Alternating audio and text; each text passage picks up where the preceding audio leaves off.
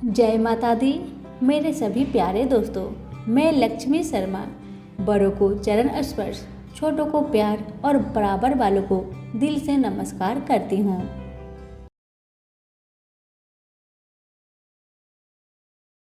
ओम शनिचराय नमः। मेरे प्यारे दोस्तों, आज मैं आप सभी को शनिवार की व्रत कथा सुनाने जा रही हूँ। ये कथा है ब्राह्मण और शनि भगवान की। शनिवार की व्रत कथा इस प्रकार से है। एक ब्राह्मण को सपने में नील घोड़ी पर नीले कपड़े पहने एक आदमी दिखाई देता था और कहता था, हे ब्राह्मण, मैं तेरे को लगूंगा। ब्राह्मण घबरा कर उठ गया। अगले दिन यही सपना उसे फिर आता है। यह सपना उसे रोज आने लगा। वह ब्राह्मण परेशान हो गया और चिंता के मारे दुबला होने लगा। उसकी पत्नी ने कारण पूछा तो उसने सपने की सारी बात अपनी पत्नी को बताई। ब्राह्मणी बोली, वे अवश्य शनि महाराज होंगे। अब की बार सपने में दिखे तो कहना, लग जाओ, पर सवा पहर से ज्यादा मत लगना। उस दिन सपना आने पर ब्राह्मण ने कहा, लग जाओ, पर कितने समय के लिए लगोगे? शनि भगवान बोले, 7.5 वर्ष तक का लगूंगा। ब्राह्मण ने कहा, क्षमा करें शनि जी, इतनी भारी तो मुझसे झेला नहीं जाएगा। तब शनि महाराज बोले, तो 5 वर्ष का लग जाऊंगा। ब्राह्मण बोला, ये भी मेरे लिए बहुत ज्यादा है। शनि जी बोले, 2.5 साल का लग जाओ। ब्राह्मण ने मना किया तो शनि जी कहने लगे, तो सवा पहर का ही लग जाता हूँ। इतना तो कोढ़ी कलंगी भिखारी के भी लग जाता हूँ। तब ब्राह्मण ने कहा, ठीक है। ब्राह्मण को सवा पहर की शनि की दशा लग गई। ब्राह्मण ने नींद से जागकर ब्राह्मणी से कहा, मेरे सवा पहर शनि की दशा लग गई है, इसलिए मैं जंगल में जाकर वहां समय बिताऊंगा। फिर ब्राह्मण ब्राह्मणी से कहते हैं, सुनती हो, मैं जंगल में जा रहा हूँ, मेरे लिए कुछ खाने पीने की सामान का व्यवस्था कर दो, ताकि मैं जंगल में जाऊँ तो वहाँ कुछ भोजन कर सकूँ। और एक बात का ध्यान रखना, मेरे जाने के बाद किसी से लड़ाई झगड़ा ना हो, इसका खास ध्यान रखना। ज्यादातर समय तुम घर पे रहना, अपना और बच्चों का ध्यान रखना। इस सवा पहर के समय में किसी को गाली भी मत देना। कोई गाली दे दे तो तुम चुपचाप सुन लेना, बहस मत करना। यह सब समझाकर ब्राह्मण जंगल में चला गया। जंगल में ब्राह्मण एक पीपल के पेड़ के नीचे बैठ गया और हनुमान जी का पाठ करने लगा। एक पहर बीत गया। ब्राह्मण ने सोचा, बाकी बचा समय रास्ते में बीत जाएगा, इसलिए वहां से चल दिया। रास्ते में एक बड़ी सी मतीरे की दुकान लगी हुई थी। माली से एक मतीरा खरीदा, पोटली में बांधा और ब्राह्मण आगे को बढ़ा। आगे एक आदमी मिला जो असल में शनि भगवान थे। ब्राह्मण से पूछा कि पोटली में क्या है? उसने कहा, पोटली में मतीरा है। शनिदेव बोले, दिखाओ, मैं भी देखूं, तुमने मतीरा लिया है या फिर कुछ और। ब्राह्मण ने पोटली खोलकर दिखाया। उसमें राजकुमार का कटा हुआ खून से लथपथ सिर दिखा। शनिदेव ब्राह्मण को राजा के पास ले गए और कहा कि इस ब्राह्मण ने राजकुमार की हत्या कर दी है। इसके पास पोटली में राजकुमार का सिर है। राजा ने कहा, मैं यह नहीं देख सकता, इस ब्राह्मण को सूली पर चढ़ा दो। राजा के यहाँ हाहाकार मच गया। ब्राह्मण को सूली पर चढ़ाने से पहले पूछा गया कि उसकी कोई आखिरी इच्छा हो तो बताए। ब्राह्मण ने सोचा, किसी तरह सवा पहर पूरा हो जाए। उसने कहा, वह रोज बालाजी की कथा सुनता है, मरने से पहले अंतिम बार बालाजी का कथा सुनना चाहता है। ब्राह्मण को कथा सुनाने का प्रबंध किया गया। कथा कहते कहते सवा पहर पूरा हो गया। शनि की दशा टलते ही राजकुमार शिकार खेलकर लौटा। राजकुमार को आता देखकर राजा बहुत खुश हुआ, लेकिन उसे निर्दोष ब्राह्मण की हत्या का दोष लगने का डर सताने लगा। उसने तुरंत घोड़सवार सैनिकों को ब्राह्मण को आदर सहित ले आने के लिए भेजा। ब्राह्मण राज दरबार में आया तो राजा ने क्षमा मांगी और पोटली दिखाने के लिए कहा। तो पोटली में क्या था? मदिरा। राजा ने सब के बारे में पूछा तो ब्राह्मण ने बताया, मुझे 1.15 की शनिचर की दशा लगी थी, इस कारण यह सब तमाशा हुआ। राजा ने पूछा, यह दशा कैसे टलती है? ब्राह्मण बोला, राजा, ये सेठ के लगे तो काला हाथी या काला घोड़ा दान करे, गरीब के लगे तो पीपल की पूजा करे तब बोले, साचा शनिचर कहिए, जाके पाओ सदा ही पढ़िए। शनि की कहानी सुने, तिल का तेल और काला उड़द दान करे, काले कुत्ते को तेल से चूपर कर रोटी खिलाए तो शनिचर की दशा उधर जाती है। राजा ने उसे मदिरा वापस दे दिया। घर आकर ब्राह्मण ने मदिरा काटा तो उसमें बीज की जगह हीरे मोती निकले। ब्राह्मणी ने पूछा, यह कहाँ से लाए आप? तो वह कह रहे थे, शनि की दशा लगी है। ब्राह्मण ने कहा, जब दशा लगी थी तो यह मदिरा राजकुमार का सिर बन गया था। उतरती दशा के शनि जी निहाल कर गए। हे शनि देवता, जैसे ब्राह्मण के शनि की दशा लगी वैसे किसी को ना लगे। तो प्रेम से बोलिए, शनि भगवान की जय। कहते हैं कि किसी पर शनि की 6.5 होती है तो विद्वानों द्वारा कहा जाता है कि आप पीपल वृक्ष की पूजा करें। आखिर इसके पीछे का कारण क्या है? आइए इस रहस्य को जानते हैं। पिप्पलाद ऋषि का नाम आप सभी ने सुना होगा। वह महर्षि दधीचि के पुत्र थे। महर्षि दधीचि जिन्होंने अपनी हड्डियों का दान कर दी थी, जिससे इंद्र का वज्र बनाकर और वृतासुर का संहार संभव हो पाया था। यह घटना ब्रह्म पुराण की है। शमशान में जो महर्षि दधीचि के मांस पिंड का दाह संस्कार हो रहा था तो उनकी पत्नी अपने पति का वियोग सहन न कर पाई और पास में स्थित पीपल के वृक्ष की कोटर में जो जड़ों के कारण एक गड्ढा बन जाता है, उसमें अपने 3 वर्ष के बालक को रखकर स्वयं चीता पर सती हो गई। इस प्रकार महर्षि दधीचि और उनकी पत्नी का बलिदान हो गया। किंतु पीपल की कोटर में रखा बालक भूख प्यास से तड़पने लगा और चिल्लाने लगा। जब कोई वस्तु से नहीं मिली तो कोटर में गिरे हुए पीपल के फल खाकर वह बड़ा होने लगा। एक दिन देवऋषि नारद वहां से गुजर रहे थे। नारद जी ने पीपल की कोटर में बालक को देखकर उससे उसका परिचय पूछा। बालक ने अपना परिचय दिया और बताया कि मैं नहीं जानता कि मैं कौन हूँ। नारद ने पूछा, तुम्हारा जनक कौन है? तब बालक भी उसी तरह का उत्तर दिया कि वह नहीं जानता कि उसके जनक कौन है। तब नारद जी ने अपना ध्यान धरकर उस बच्चे के बारे में पूरी जानकारी निकाली और उसे बताया कि तुम महान दधीचि के पुत्र हो। तुम्हारे पिता की अस्थियों का वज्र बनाकर ही देवताओं ने असुरों पर विजय प्राप्त की थी। नारद ने बताया कि तुम्हारे पिता दधीचि की मृत्यु मात्र 31 वर्ष की उम्र में ही हो गई थी। बालक ने अपने पिता की अकाल मृत्यु के बारे में जानना चाहा। तब नारद जी ने बताया कि उन पर आई इस विपत्ति का कारण शनिदेव की महादशा थी। नारद जी ने उस बालक को पिप्पलाद नाम दिया क्योंकि वह पीपल के पत्ते और उसका गुदा खाकर बड़े हुए थे। उसके बाद नारद जी ने उसे दीक्षित किया। नारद जी के जाने के बाद उस बालक ने, जिसका नाम पिप्पलाद था, ब्रह्मा जी की घोर तपस्या की। ब्रह्मा जी ने जब बालक से वर मांगने के लिए कहा तो पिप्पलाद ने अपने दृष्टि मात्र से किसी को भी जलाने की शक्ति मांगी। ब्रह्मा जी ने उसे वरदान दे दिया। ब्रह्मा जी के वरदान के बाद पिप्पलाद ने सबसे पहले शनि देव का आह्वान किया और उन्हें अपने सामने प्रस्तुत किया। सामने पाकर उन्होंने शनि देव को भस्म करना शुरू कर दिया। शनि देव शरीर से जलने लगे। ब्रह्मांड में कोलाहल मच गया। सूर्य पुत्र शनि की रक्षा के लिए सारे देवता विफल प्रतीत हो रहे थे। सूर्य ने अपनी आंखों के सामने अपने पुत्र को जलता हुआ देखा। ब्रह्मा जी उसे बचाने के लिए विनय निवेदन किया।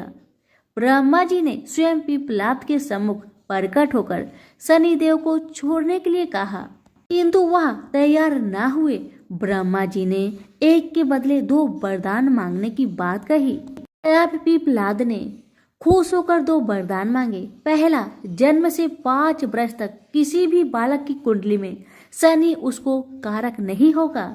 जैसे मैं अनाथ हुआ, शनि के कारण कोई और अनाथ नहीं होगा।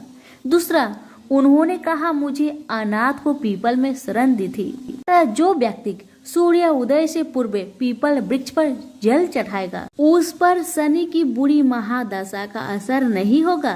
ब्रह्मा जी ने तथास्तु कहकर वरदान दिया।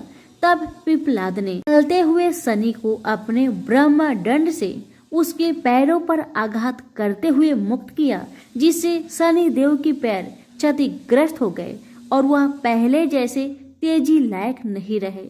आता तभी से शनि को शनिचराय, जिसे हम आम भाषा में शनिचर कहते हैं, कहा जाता है कि रतिया शनिचरा जो धीरे धीरे चलता है वह शनिचराय आग से जलने के कारण शनि की काया काली पड़ गई।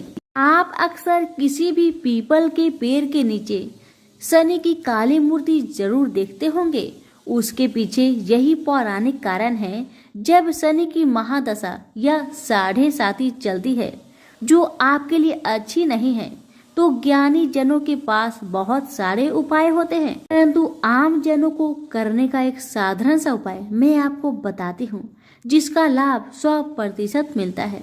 आपको सुबह उठना है, सूर्य उदय से पूर्व नहा धोकर पीपल के वृक्ष को जल देना है, उसके 7 चक्कर लगाने हैं और 7 चक्कर लगाने के बाद इस मंत्र को हिंदी में बोलना है। आपको कहना है कि जिस तरह से आपने पिप्पलाद ऋषि की रक्षा की थी, ठीक उसी तरह मेरी भी रक्षा करें, और आप पाएंगे कि कुछ ही दिनों में आपकी जिंदगी में शनि के बुरे प्रभाव कम होते जा रहे हैं। प्रेम से बोलिए शनि भगवान की जय, पिप्पलाद ऋषि की जय। पुराणों में शनि देव के जन्म की कई कथाएं मौजूद है, जिससे सबसे अधिक प्रचलित कथा स्कंद पुराण के काशी खंड में मौजूद है। कथा के अनुसार सूर्यदेव का विवाह राजा दक्ष की पुत्री संज्ञा के साथ हुआ था। सूर्यदेव और संज्ञा को 3 पुत्र वैश्वतमन, यमराज और यमुना का जन्म हुआ। सूर्यदेव का तेज काफी अधिक था, जिसे लेकर संज्ञा काफी परेशान रहती थी। वे सूर्यदेव की अग्नि को कम करने का उपाय सोचती रहती थी। सोचते सोचते उन्हें एक उपाय सूझा और उन्होंने अपनी एक हम शकल बनाई, जिसका नाम उन्होंने स्वर्णा रखा। स्वर्णा के कंधों पर अपने 3 बच्चों की जिम्मेदारी डालकर संज्ञा जंगल में कठिन तपस्या के लिए चली गई। संज्ञा की छाया होने के कारण सूर्यदेव को कभी स्वर्णा पर शक नहीं हुआ और स्वर्णा एक छाया होने के कारण उसे भी सूर्यदेव की तेज से कोई परेशानी नहीं हुई। उधर संज्ञा तपस्या में लीन थी, वही सूर्यदेव और स्वर्णा से 3 बच्चे मनु, शनिदेव और भद्रा का जन्म हुआ। हिंदू धर्म में यह कथा काफी प्रचलित है। कहा जाता है एक बार भगवान सूर्यदेव पत्नी स्वर्णा से मिलने आए। सूर्यदेव के तप और तेज के आगे शनिदेव महाराज की आंखें बंद हो गई और वे उन्हें देख नहीं पाए। वहीं शनिदेव की वर्ण को देख भगवान सूर्य ने पत्नी स्वर्णा पर शक करते हुए कहा कि ये मेरा पुत्र नहीं हो सकता। ये बात सुनते ही शनिदेव के मन में सूर्यदेव के लिए शत्रु भाव पैदा हो गए, जिसके बाद उन्होंने भगवान शिव की कठिन तपस्या करनी शुरू कर दी। शनिदेव की कठिन तपस्या के बाद भगवान शिव प्रसन्न हुए और उन्हें वरदान मांगने को कहा। इस बात पर शनिदेव ने शिव जी से कहा कि सूर्यदेव मेरी माँ का अनादर और प्रताड़ित करते हैं, जिस वजह से उनकी माता को हमेशा अपमानित होना पड़ता है। उन्होंने सूर्यदेव से ज्यादा शक्तिशाली और पूजनीय होने का वरदान मांगा। शनिदेव की इस मांग पर उन्होंने शनिदेव को 9 ग्रहों का स्वामी होने का वरदान दिया। उन्हें सबसे श्रेष्ठ स्थान की प्राप्ति हुई।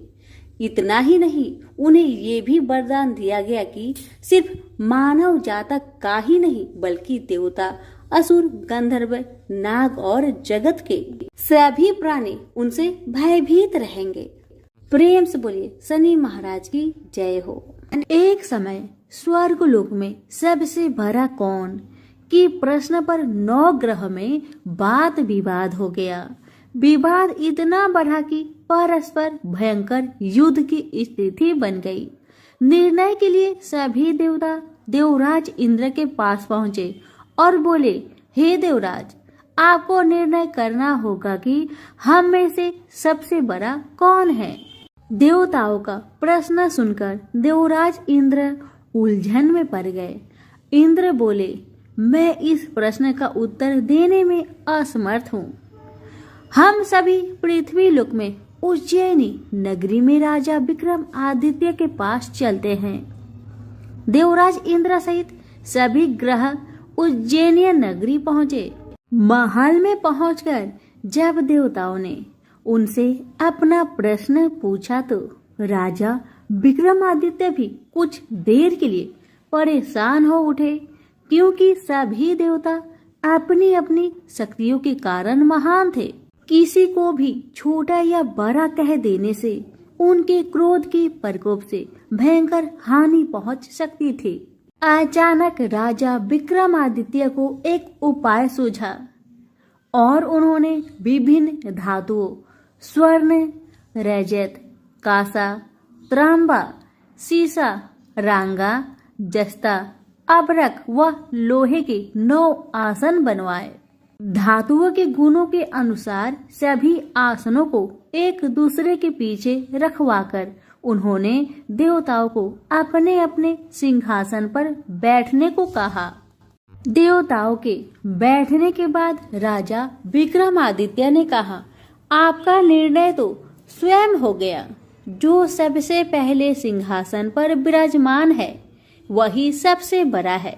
राजा विक्रमादित्य के निर्णय को सुनकर शनि देवता ने सबसे पीछे आसन पर बैठने के कारण अपने को छोटा जानकर क्रोधित होकर कहा, राजा विक्रमादित्य, तुमने मुझे सबसे पीछे बैठाकर मेरा अपमान किया है।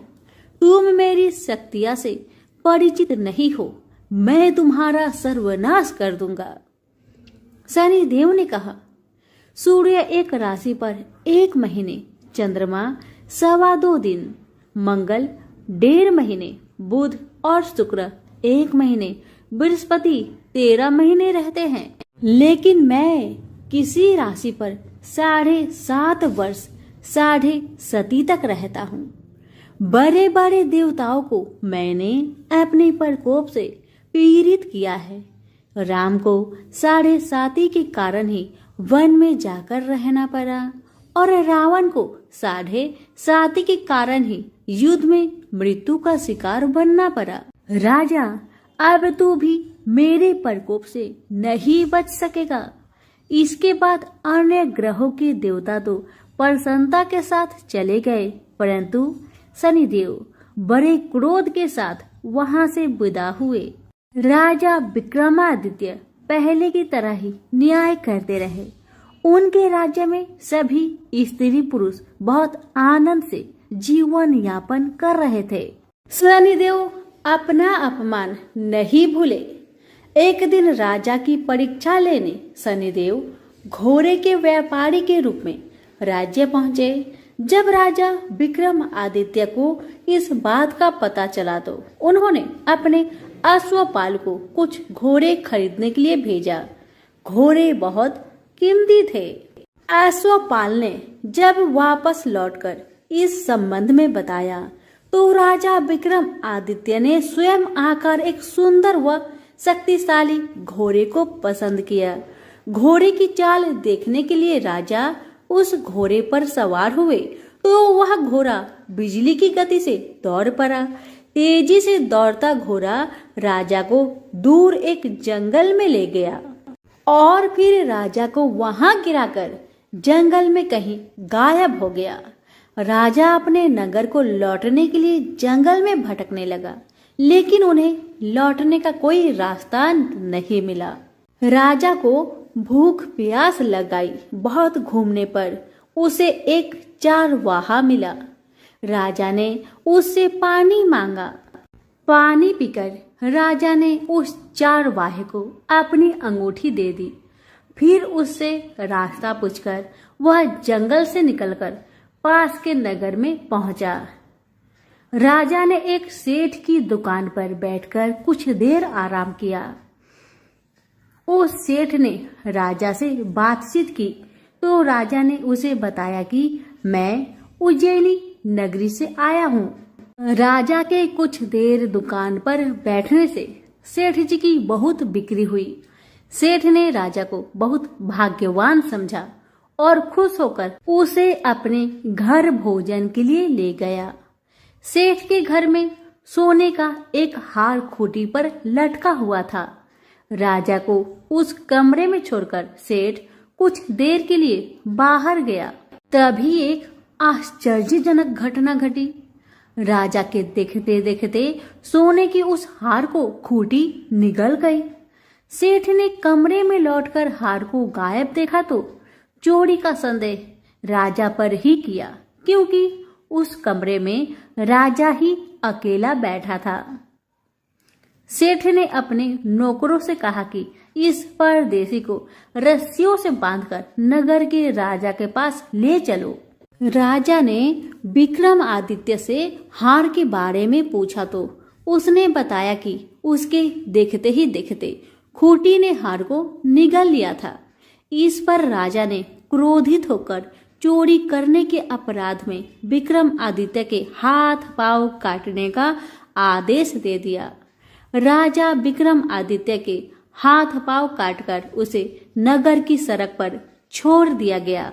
कुछ दिन बाद एक तेली उसे उठाकर अपने घर ले गया और उसे अपने कोल्हू पर बैठा दिया। राजा आवाज देकर बैलों को हाँकता रहता। इस तरह तेली का बैल चलता रहा और राजा को भोजन मिलता रहा। शनि के प्रकोप की 7.5 पूरी होने पर वर्षा ऋतु प्रारंभ हुई। राजा विक्रमादित्य एक रात मेघ मल्हार गा रहा था कि तभी नगर के राजा की लड़की राजकुमारी मोहिनी रथ पर सवार उस तेली के घर के पास से गुजरी। उसने मेघ मल्हार सुना तो उसे बहुत अच्छा लगा और दासी को भेजकर गाने वाले को बुला लाने को कहा। दासी ने लौटकर राजकुमारी को अपंग राजा के बारे में सब कुछ बता दिया। राजकुमारी उसके मेघ मल्हार से बहुत मोहित हुई, अतः उसने सब कुछ जानकर भी अपंग राजा से विवाह करने का निश्चय कर लिया। राजकुमारी ने अपने माता पिता से जब यह बात कही तो वे हैरान रह गए। रानी ने मोहिनी को समझाया, बेटी तेरे भाग्य में तो किसी राजा की रानी होना लिखा है, फिर तू उस अपंग से विवाह करके अपने पांव पर कुल्हाड़ी क्यों मार रही हो। राजकुमारी ने अपनी जिद नहीं छोड़ी। अपनी जिद पूरी कराने के लिए उसने भोजन करना छोड़ दिया और प्राण त्याग देने का निश्चय कर लिया। आखिर राजा रानी को बेबस होकर अपंग विक्रमादित्य से राजकुमारी का विवाह करना पड़ा। विवाह के बाद राजा विक्रमादित्य और राजकुमारी तेली के घर में रहने लगे। उसी रात स्वप्न में शनि देव ने राजा से कहा, राजा तुमने मेरा प्रकोप देख लिया। मैंने तुम्हें अपने अपमान का दंड दिया है। राजा ने शनि देव से क्षमा करने को कहा और प्रार्थना की, हे शनिदेव, आपने जितना दुख मुझे दिया है अन्य किसी को न देना। शनिदेव ने कुछ सोचकर कहा, राजा मैं तुम्हारी प्रार्थना स्वीकार करता हूँ। जो कोई स्त्री पुरुष मेरी पूजा करेगा, शनिवार को व्रत करके मेरी व्रत कथा सुनेगा, उस पर मेरी अनुकंपा बनी रहेगी। प्रातःकाल राजा विक्रमादित्य की नींद खुली तो अपने हाथ पांव देखकर राजा को बहुत खुशी हुई। उसने मन ही मन शनिदेव को प्रणाम किया। राजकुमारी भी राजा के हाथ पांव सही सलामत देखकर आश्चर्य में डूब गई। तब राजा विक्रमादित्य ने अपना परिचय देते हुए शनिदेव के प्रकोप की सारी कहानी सुनाई। सेठ को जब इस बात का पता चला तो दौड़ता हुआ तेली के घर पहुंचा और राजा के चरणों में गिरकर क्षमा मांगने लगा। राजा ने उसे क्षमा कर दिया, क्योंकि यह सब तो शनिदेव का प्रकोप के कारण ही हुआ था। सेठ राजा को अपने घर ले गया और उसे भोजन कराया। भोजन करते समय वहां एक आश्चर्यजनक घटना घटी। सबके देखते देखते उस खूंटी ने हार उगल दिया। सेठ जी ने अपनी बेटी का विवाह भी राजा के साथ कर दिया और बहुत से स्वर्ण आभूषण, धन आदि देकर राजा को विदा किया। राजा विक्रमादित्य राजकुमारी मोहिनी और सेठ की बेटी के साथ उज्जैनी पहुंचे तो नगर वासियों ने हर्ष से उनका स्वागत किया। अगले दिन राजा विक्रमादित्य ने पूरे राज्य में घोषणा कराई कि शनिदेव सब देवों में सर्वश्रेष्ठ है। प्रत्येक स्त्री पुरुष शनिवार को उनका व्रत करे और व्रत कथा अवश्य सुने। राजा विक्रमादित्य की घोषणा से शनिदेव बहुत प्रसन्न हुए। शनिवार का व्रत करने और व्रत कथा सुनने के कारण सभी लोग की मनोकामनाएं शनिदेव की अनुकंपा से पूरी होने लगी। सभी लोग आनंद पूर्वक रहने लगे। तो प्रेम से बोलिए शनि भगवान की जय हो। शनि की धीमी गति के कारण रावण को माना जाता है। रावण और शनि देव को लेकर एक पौराणिक कथा काफी प्रचलित है। आइए जानते हैं। हिंदू धर्म में शनि देव को न्याय का देवता कहा गया है। शनिवार के दिन शनि देव की विशेष पूजा की जाती है। शनि देव की दृष्टि से कोई भी व्यक्ति बच नहीं पाता। माना जाता है कि शनि देव विशेष राशि में 2.5 साल तक निवास करते हैं। शनि की गति सभी ग्रहों से सबसे धीमी मानी जाती है। कहा जाता है कि रावण एक ब्राह्मण परिवार से था। रावण शिव का सबसे बड़ा भक्त था।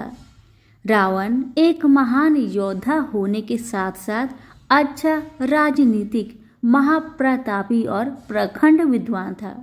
एक पौराणिक कथा के अनुसार जब रावण की पत्नी मदोदरी गर्भवती हुई तब रावण बहुत प्रसन्न हुआ। रावण के मन में जिज्ञासा उठी कि उनकी भावी संतान महापराक्रमी और दीर्घ आयु पैदा हो।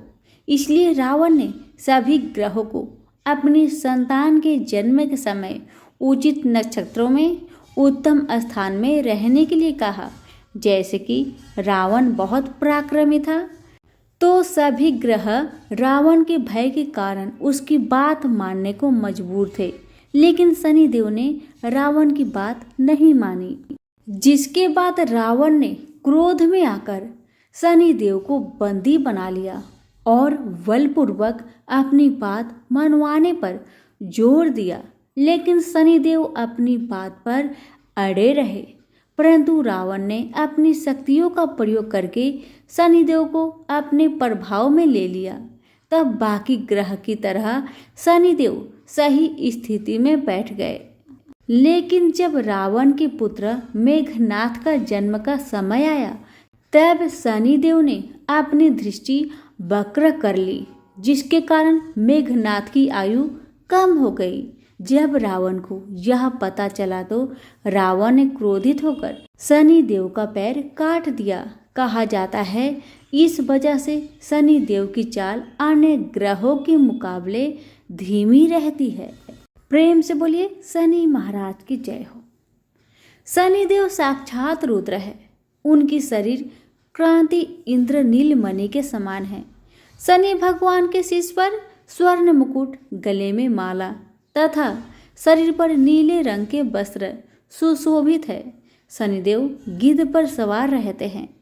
हाथों में क्रमशः धनुष, बाण, त्रिशूल और वर मुद्रा धारण करते हैं। वे भगवान सूर्य तथा छाया के पुत्र हैं।